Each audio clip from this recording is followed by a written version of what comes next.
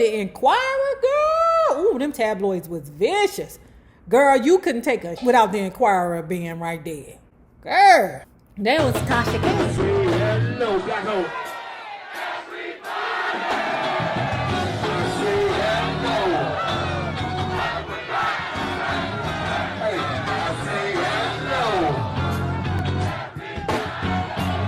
See this brother winning, man. Hey, look, what is your win, babe? What is your win, babe? Well, hello there, love bugs. Hello there, Bellas. If you have not already done so, please remember to like, share to Facebook, subscribe, and visit uptopbeauty.com. And if you are not already a part of our book club, please hit the Patreon link below and or the join button here on the YouTube. And for a small monthly fee of $5, you babies, yes, you can be privy to all the shenanigans before the YouTube gets it, if the YouTube gets it. Now, let's continue talking about Deliver Us from Temptation, the tragic and shocking story of the Temptations in Motown by Tony Turner, who we lovingly call Titi. Hi, Lamar. This is Tony. I'm sorry. I know Josie must have just gotten in the door from Europe, but I cannot wait to hear about what happened on this last tour. I always counted on the group's female background singer, Josie, for the unvarnished truth. Hi, Tony. After a grueling tour and a long transatlantic flight, Josie sounded very tired. Her voice, usually crisp and vibrant, was raspy. Girl, how did it go? Baby, she said, I'll give you one good idea. Some of the band members nicknamed the tour the Magical Mystery Misery Tour. Child, you ought to be glad you didn't go. Josie, don't you be saying that just to soften my feelings. Girl, you know I was dying to go. David had planned for me to go on the tour, working for him and Dennis exclusively. But Eddie had some major disagreements with Dennis and David about me. For some reason, Eddie suddenly hadn't wanted me out on that or maybe any tour. The only alibi offered to appease me came via Judas, who told me that things had got so messed up with the limited bookings that there just wasn't enough money to drag me out anyway. I recall raising at least one eyebrow at the word drag. Honey, Josie told me we didn't know where we were going from day to day. Everything was totally messed up. Your godfather was terrific. I mean, absolutely beautiful. You need to stop. I couldn't believe it. He just took over all the management business. He took care of our money and everything. In fact, he didn't come home with us. Eddie and Dennis left David alone to get the money. Judas is with him. Anyway, baby, I'm not really worried because David's been quite professional. My conversation with Josie prompted me to immediately make a long distance call to a member of the band. Okay, so for those of you who are young and don't understand long distance calls, child, what you would have to do before area codes came into play, because basically there was a time that you didn't need to dial the area code first. You could just dial the number straight out, meaning that you didn't have to dial 10 numbers to reach your particular person. You only had to dial 7. There was also a time that you could not make a call outside of your state without long distance service, not even in like your tri-state area. If DC wanted to call Baltimore, we had to use a long distance service, which would be MCI, or I think it would be a plan through Bell Atlantic, something like that.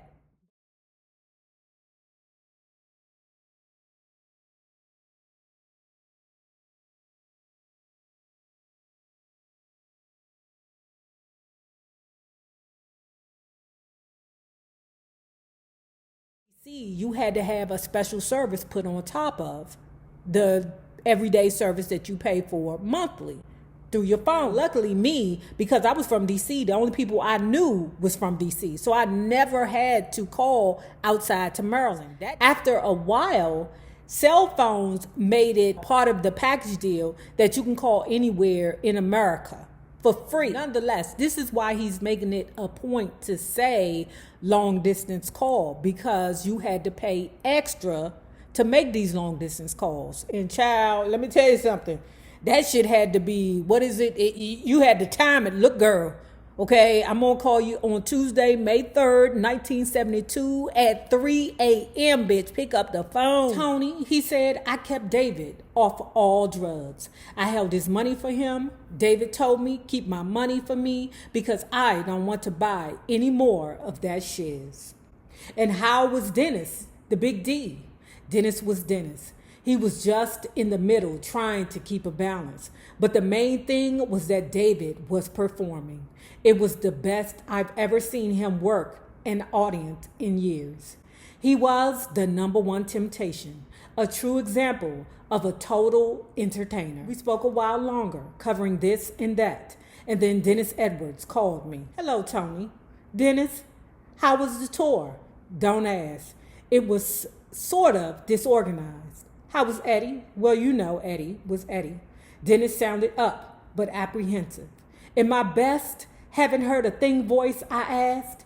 And how was David? Man, David was great. No, I said, trying to sound shocked. Really? Baby, it's true. I got great news for you. You're definitely going on the next tour, so don't worry about that. Over the next few days, I wondered whether David had made it back to Philly and if he had come back with Eddie's and Dennis's share of the money, because Dennis had mentioned that he was a little nervous about the whole arrangement. He knew that David had arrived back in the States, but since then, he hadn't heard a word. Another long-distance call. David sounded to me like he was in a phone booth in a club or something, because there was a lot of noise in the background. Did you hear anything from Ed or Dennis, he asked. I told him no, not a word. Suddenly I sensed that something was strange with David. I know they're talking about me. I know they're saying that I'm not going to send them their money. I didn't touch their fucking money. I didn't even touch my money. He no longer sounded perfectly coherent to me, and I became slightly alarmed. He said, I'm sending them their money tomorrow by Western Union. The next long-distance call. Half asleep, I reached for the phone and peeked at the clock. 9 o'clock Saturday. God, I don't know. Tony, I don't know. It was Dennis, and for Dennis to call at 9 a.m. meant he had waited to call, because Dennis was in the habit of getting up at 6 a.m. and going jogging, getting his paper and breakfast and calling me. I said, don't know what? I don't know, baby doll.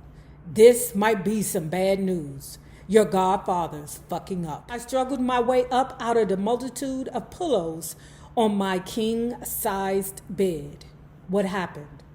Well, you know David stayed over there in Europe and came back with that money, Dennis said. I spoke with Judas this morning, and he did not get my money or Eddie's money from David. He said that David wouldn't give it to him. David kept everybody's money and promised he was going to send it through Western Union. But me and Ed have been calling down there to Diane's house like crazy. And Diane says she ain't seen David in days. We haven't been able to catch up with Ruffin. Lord, I said, I hope he ain't out with those vagabonds he hangs out with. You know, if David has time and money on his hands, that could spell double trouble. That's what we're thinking. David done got with some of his crew of bloodsuckers. Ed is pissed about the money. He went on. That's me and Eddie's last piece of money. You know, we didn't make as much as we were supposed to over there because some gigs got canceled. So, Tony, we need that money. If that damn David don't come up with it, I think Ed is going to be through with him and could put him out of the group permanently. Hold on, pause. For him to just be like, if he don't come up with the money, Eddie gonna be mad and he gonna be put out the group permanently. Now, where I'm from, if a ninja don't come up with the money, that means bodies will be thrown in the river. That's all that's gonna happen. You just gonna put his ass out the group? Okay, that's it. Okay. And if he's out of the group, that means our next Europe trip could be in jeopardy. Or they might want to pay us less. And you know what's that going to mean. I sat straight up in bed with my back against the cold mirrored wall. Ooh, you freak you. Ooh, freak. Freaky-deek. I say freak. Freaky-deek. Freak. I knew what that meant. That meant that I could be out too. Hell yeah, TT. Hell. I told Dennis, no, he'll come through with the money. You know what he'll do. If he spent the money, all he'll do is get together with Eddie and he'll say, you can take the money I owe you out of my earnings on the next tour. I don't know if Ed's going to go for it, Dennis said, because you know how David runs that game all the time.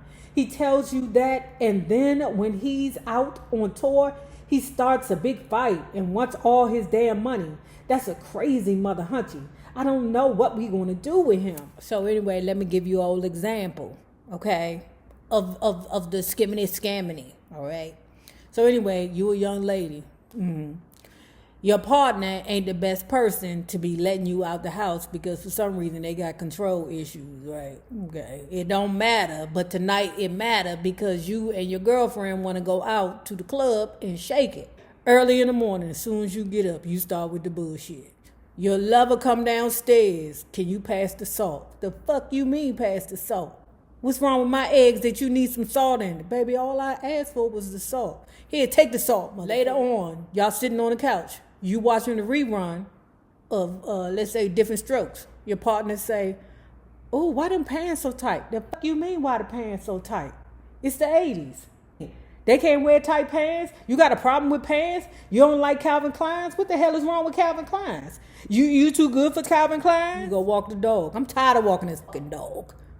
This your goddamn dog. You feed the dog for the change. But baby, I've been walking the dog the past 20 days. I don't give. By the time 8 o'clock come, after you done complained all day and argued with your mate all day for Nathan, your mate scared to say peanut butter to you. I need a break. I need to get away from you. I'm going over Kiki's house to have a drink. Diane's line was busy.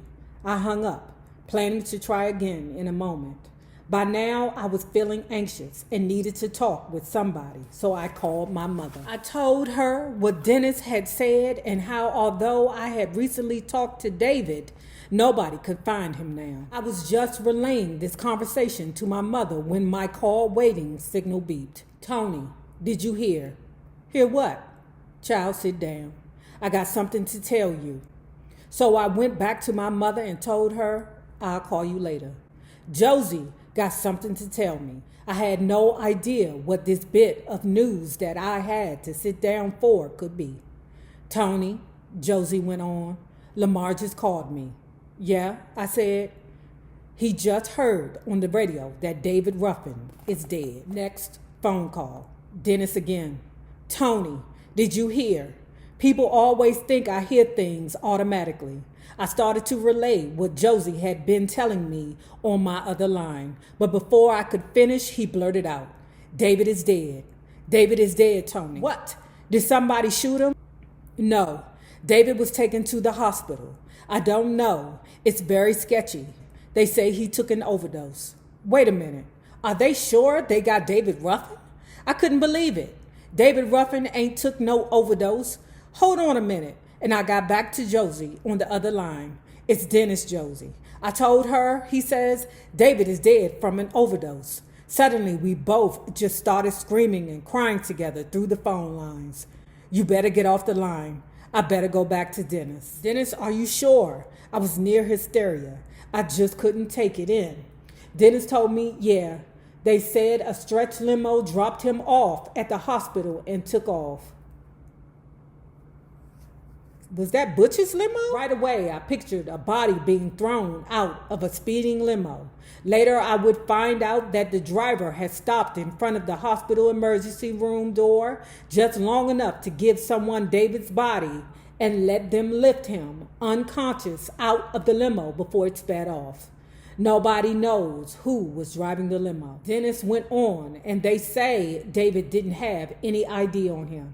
The police had to confirm his identity by checking his fingerprints with the FBI after they'd sent his body to the city morgue with a John Doe tag on his big toe. Oh my God. Oh my God. I was trying to calm down a little now. At the same time, a mystery was unfolding and my mind was already jumping into action. I told Dennis about the call from David when he told me how he had everybody's money and was sending it out on Friday. Well, Dennis said, they say he ain't had but 53 cents on him. Later, the report would change to $53. Where's his briefcase? I wanted to know. They didn't find no briefcase. Then something's wrong because you know that David Ruffin don't go nowhere without that briefcase. I hung up the phone and was getting ready to call my mother back when I received another call. It was some tabloid magazines. Tony Turner, please. I was told that I could call a Mr. Turner about the Ruffin overdose. I'm sorry, you got the wrong number. Yeah, back then them tabloids was vicious, child. Ooh, the Inquirer, girl. Ooh, them tabloids was vicious. Girl, you couldn't take a without the Inquirer being right there. Girl. That was Tasha K. Wait a minute. There's something wrong. Let's look at the facts. David Eli Ruffin is dead. Tens of thousands of dollars are missing. He was thrown out of a stretch limo. The limo disappeared. They don't know who the driver was. Was he dead when the limo got him to the hospital? The briefcase is missing. He must have had the money in the briefcase. Was he robbed? Did somebody rob and overdose him? During another conversation, I learned that David had called his old girlfriend, Debbie, from London, and told her that he would be back soon and wanted to go out to the farm after he took care of some business in Philadelphia. David always knew he could go back to the farm if he needed to.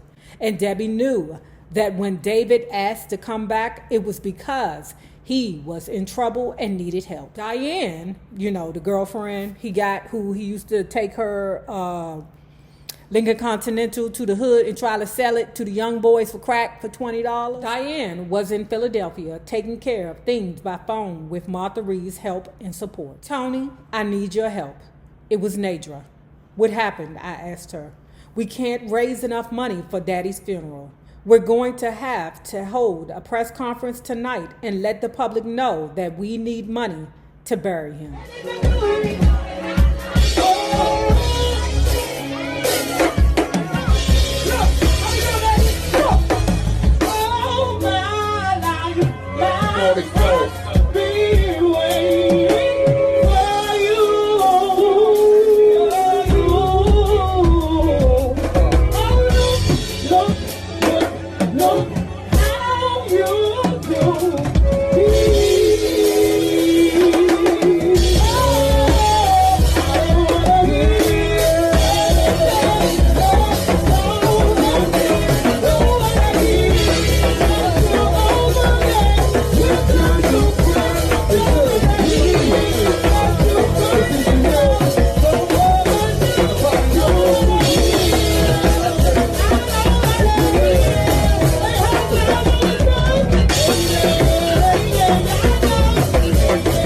Now, if you have not already done so, please remember to like, share the Facebook, subscribe, and visit uptopbeauty.com. Now, remember this. The same people that you meet on the way up will always be the same people that you meet on the way down. My naysayers, my patron loves. You babies, have a good one. This damn dog, y'all.